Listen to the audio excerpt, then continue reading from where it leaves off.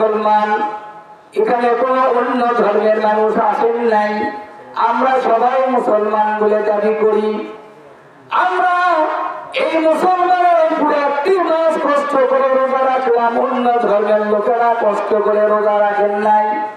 শুধু নামাজ রোজা হওয়ার জাকাত দিয়ে মুসলমান হওয়া যাবে না।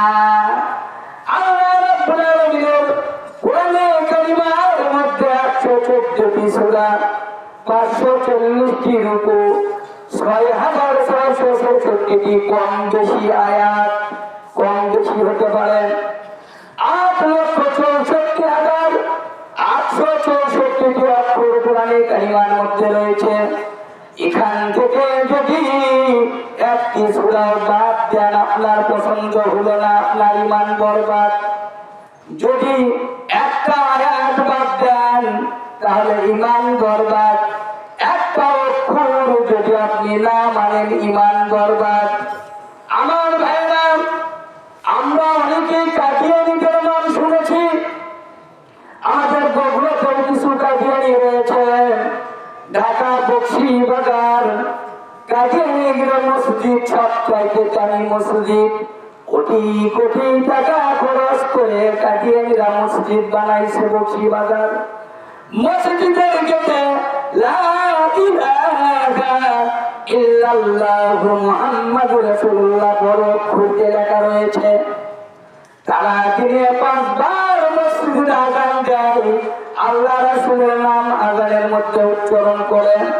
কিন্তু এই কাদিয়ানীরা কোরআন কারিমার 4টা অক্ষর মানে না, বিশ্বাস করে না। তামাম পৃথিবীর সবগুলো আলেম একমত কাদিয়ানীরা কাফের। এই কাদিয়ানীরা নামাজ পড়ে, এইবারে 29টি রোজা তারা করেছে। তারা উমরা করে, হজ করে, যাকাত দেয়, ফিতরা করে, দান সদকা করে, তামাম কিছু করার পরে তামাম দুনিয়ার আলেম সমাজ একমত তারা কাফের। তার কারণ কোরআনের 4টা অক্ষর মানে না। কয়টা অক্ষর? এই 4টা অক্ষর হলো খ, ত, মিম, নুন, খতামান। আল্লাহ রাব্বুল আলামিন সূরা আহজাবে ঘোষণা করেছেন। আল্লাহ রাব্বুল আলামিন প্রিয় হাবিবকে শেষ নবী ঘোষণা দিলেন। কাদিয়ানীরা বলেন না, আল্লাহ তোমার এই কথা মানি না। আমাদের শেষ নবী হলো গোলাম আহমদ কাদিয়ানী। ভারতবর্ষ 1835 সালে আহমেদাবাদে জন্ম নিয়েছিলেন। ওনাকে ওরা নবী বলে স্বীকৃতি দিলেন। তামাম দুনিয়ার সমস্ত আলেম একমত, আল্লাহর নবীকে শেষ নবী না মানার কারণে তারা কাফের হয়ে গেল। আমাদের বিশ্বাস, আমাদের আকীদা এইরকমই হওয়া উচিত। কোরআনের প্রত্যেকটি কথা আল্লাহ যা বলেছেন অক্ষরে অক্ষরে পালন করা। কিন্তু আমরা যদি নিজেরা বেছে বেছে কিছু আয়াত নিয়ে আমার পছন্দ হলো না, তাহলে কি আমি মুসলমান না কাফের হব? আমার আল্লাহ রাব্বুল আলামিন সূরা বাকারার মধ্যে বলেছেন, আফাতুমিনুনা বিবাদিল কিতাব ওয়া তাকুফুরুনা বিবাদ। তোমরা কোরআনের কিছু কিছু কথা যেগুলো তোমাদের পছন্দ হয় সেগুলো মেনে মেনে নিবা, আর কিছু কথা অস্বীকার করে চলবা যেটা তোমার পছন্দ নয়, এটা হতে পারে না।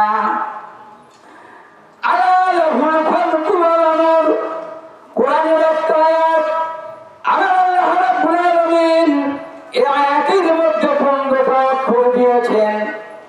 আমার আল্লাহ রাব্বুল আলামিন বলেন, সৃষ্টি যার আইন জমিনের মধ্যে চলবে সেই আল্লাহর।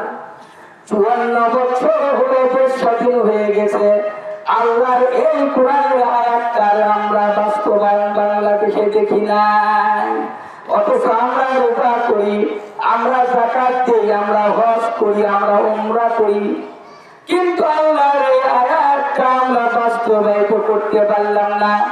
54 বছরের মধ্যে আল্লাহর আইন অনুযায়ী বাংলাদেশে চলে নাই।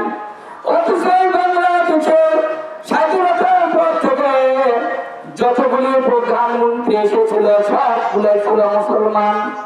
যতগুলো প্রেসিডেন্ট ছিল সবগুলো ছিল মুসলমান, যতগুলো শিক্ষামন্ত্রী ছিল সব ছিল মুসলমান। এত মুসলমানের সংখ্যা থাকার পরেও 92% মুসলমান বাংলাদেশে থাকার পরেও 51% ভোট দিয়ে কেউ কোরআন ওই জায়গায় নিয়ে যেতে পারি নাই। আমাদের কপাল খারাপ, আমাদের দুঃখ একটাই, সবাই আমরা সেমাই খাই, গোস্ত খাই, এগুলো মুসলমান সেজে বসে রয়েছে। এই জন্য আল্লাহ বলেন ইন্নাল মুসলিমিন ওয়াল মুসলিমাত, যে পুরুষ এবং যে নারীরা খাঁটি মুসলমান আত্মসমর্পণকারী হয়ে গিয়েছে, ওয়াল মুমিনিনা ওয়াল মুমিনাত, যে সমস্ত পুরুষেরা মুমিন মুত্তাকিন পরহেজগার এবং নারীরাও মুমিন মুত্তাকিন পরহেজগার। ব্যাখ্যা দেওয়ার সময় নাই, নামাজ পড়ার সঙ্গে করবেন। আবার আল্লাহ বলেন মুমিনের গুণাবলী আমার শ্রদ্ধেয় ভাই আলোচনা করছিলেন 18 পারার প্রথম সূরা সূরা আল মুমিনের 1 থেকে 11 নম্বর আয়াত। আপনারা বাসায় যেয়ে দেখবেন আল্লাহ রাব্বুল আলামিন কয়েকটা গুণের কথা বলেছেন, জান্নাতের ঘোষণা তাদের জন্য দিয়েছেন। সুবহানাল্লাহ। আমরা নামের মুমিন, কামের মুমিন হই নাই। আল্লাহ রাব্বুল আলামিনের পরে বললেন অলকানিতিনা অলকানিতাত, আল্লাহর প্রত্যেকটি কথার সামনে, প্রত্যেকটি হুকুমের সামনে বিনয় সহকারে মাথা নত করে দিয়া, স্যালেন্ডার করে দিয়া ওই আনুগত্য করার নাম কানিতিন। যত কথা আল্লাহ কোরআনে বলেছেন প্রত্যেকটি কথা বিনা দ্বিধায় মেনে নেওয়ার নাম হচ্ছে কানিতিন। কোনো দিন চলবে না, কোনো কাজ চলবে না, আল্লাহ যা অর্ডার করেছেন সেটাই মেনে নিতে হবে। সবকিছু মেনে নেওয়ার নাম, আনুগত্য করার নাম কানিতিন। এইভাবে যারা মুমিন পুরুষ, মুসলমান আত্মসমর্পণকারী পুরুষ নারী, কানিতিন আনুগত্যকারী পুরুষ নারী, আল্লাহ তাদেরকে জান্নাতি বলেছেন।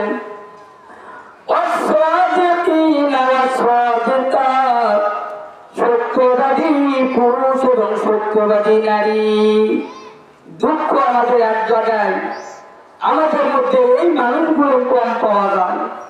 আমরা রোজা রেখে মিথ্যা বলি, রোজা রেখেছি ওজনে কম দিয়েছে, রোজা রেখেছি চুগলখুরি করেছি, রোজা রেখেছি ঘুষের টাকা সুদের টাকা লেনদেন করেছি। সত্য কথা মধ্যে বের হয় নাই। 50 টাকার কিনা জিনিস কাস্টমার বললো আমি 60 টাকা দেব, দোকানদার বলতেছে 60 টাকা কিনতেই পারিনি, অথচ জিনিসটা কিনা 50 টাকা। এই জায়গায় আমরা ব্যর্থ হয়ে যাই, সত্যবাদী মানুষ খুঁজে পাওয়া যায় না। আল্লাহর প্রিয় হাবিব রাস্তার মধ্যে দেখেন একদিন এক ইহুদির সঙ্গে তর্ক। একজন জলিল কবর সাহাবী রাস্তা দিয়ে হেঁটে যাচ্ছেন, দেখলেন আল্লাহর হাবিবের সঙ্গে জোরে জোরে কথা হচ্ছে। সাহাবী দাঁড়ালেন, জিজ্ঞাসা করলেন ইয়া রাসূলুল্লাহ ঘটনা কি, কেন তর্ক হয়? আল্লাহর হাবিব বলেন দেখো, এই ইহুদি মানুষটা আমার কাছে কিছু সম্পদ রেখেছিল, আমি সঠিক সময়ে তাকে ফেরত দিয়ে দিছি, অথচ সে আজকে আমাকে ধরে বলতেছে তুমি ফেরত দাও নাই, আমাকে আবার দিতে হবে। আল্লাহ রাসূলের প্রাণ প্রিয় সাহাবী বললেন ইয়া রাসূলুল্লাহ আমি নিশ্চিত 100% গ্যারান্টি দিয়ে বলতেছি আপনি তাকে টাকা ফেরত দিয়েছেন, সে টাকা পাবে না। আল্লাহর হাবিব বলেন কিভাবে তা সম্ভব? ওই ইহুদি যখন আমাকে সম্পদ দেয় তুমি সেখানে ছিলে না, তোমার কোনো প্রমাণ নাই, অথচ তুমি আজকে সাক্ষী দিচ্ছ যে আমি জানি আপনি তার টাকা পরিশোধ করেছে। আল্লাহর হাবিব কত ভালোবেসেছিলেন।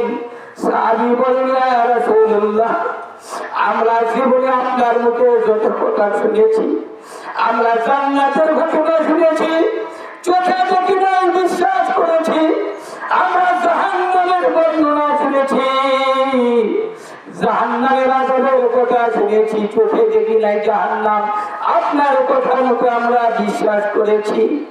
ইয়া রাসূলুল্লাহ, জীবনের প্রতিটি কথা যদি আপনাকে অনুসরণ করে বিশ্বাস করে আমরা থাকি, আপনি যে টাকা দিয়েছেন পরিশোধ করেছেন, আমি এটাও বিশ্বাস করি ওই ইহুদি মিথ্যা কথা বলতেছে, আপনি সত্যবাদী বলেন সুবহানাল্লাহ।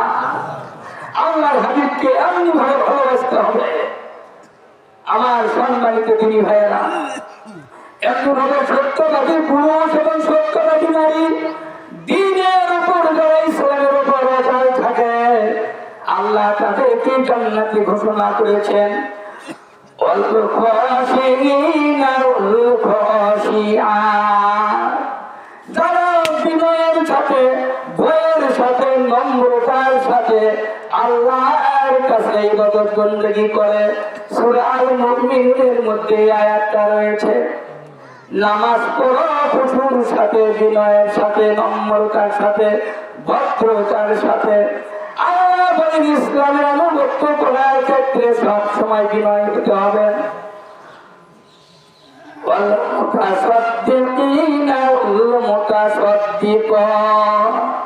অতিরিক্ত সব সময় খরচ করা, আল্লাহ রাস্তায় দান সজ্ঞাকারী পুরুষ এবং নারী, যারা সুখে এবং দুঃখে সবসময় আল্লাহ রাস্তায় খরচ করে।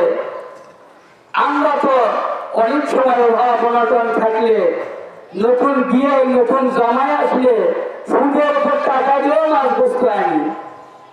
আমরা নিজস্ব আত্মসর্পণ আসলে অনেক টাকা খরচ করি, কিন্তু একজন মিসকিন, একজন ফকির, একজন অভাবী মানুষ আমাদের সামনে আসলে তখন আমাদের পকেট থেকে 5 টাকা 10 টাকা বের হয় না। কিন্তু আল্লাহ রাব্বুল আলামিন তাদেরকে বেশি ভালোবাসেন যারা সুখে এবং দুঃখে আল্লাহর রাস্তায় খরচ করে। আমার ভাইয়েরা, আপনারা যে ঈদগাহ মাঠে বসে রয়েছেন, এই ঈদগাহ মাঠটা অনেক নতুন বটে, কাজকর্ম অসংখ্য বাকি দেখতেছেন। আমি আজকে নতুন আসছি, উত্তর পাশে, দক্ষিণ পাশে, পশ্চিম পাশে কোনো প্রাচীরের কাজ হয়নি। এখন ঈদগাহ মাঠের অনেক কাজ বাকি রয়েছে। আমরা যদি সিদ্ধান্ত নিই এই ঈদগাহ মাঠের উন্নয়নের জন্য, যেখানে এলাকার সর্বস্তরের মানুষ এখানে আমরা নামাজ আদায় করি, ঈদগাহ মাঠের উন্নয়নের জন্য আমরা কি এখানে কিছু টাকা পয়সা আল্লাহর রাস্তায় দান করতে পারবো না ভাইয়েরা? পারবো ইনশাআল্লাহ। আমার ভাইয়েরা, আল্লাহ রাব্বুল আলামিন ওই দানকারীকে বেশি পছন্দ করেন যে দানকারী আল্লাহ রাস্তায় খুশি মনে দান করে, স্বচ্ছ অবস্থায় অথবা অস্বচ্ছ অবস্থায়। আমাদের বাবা অনেকেই দুনিয়ায় নাই, দুনিয়া থেকে বিদায় নিয়েছেন। আল্লাহ রাসূল বললেন, পিতা মাতা জীবিত থাকুক অথবা পিতা মাতা। আমার ভাইয়েরা সবাই একটু চেপে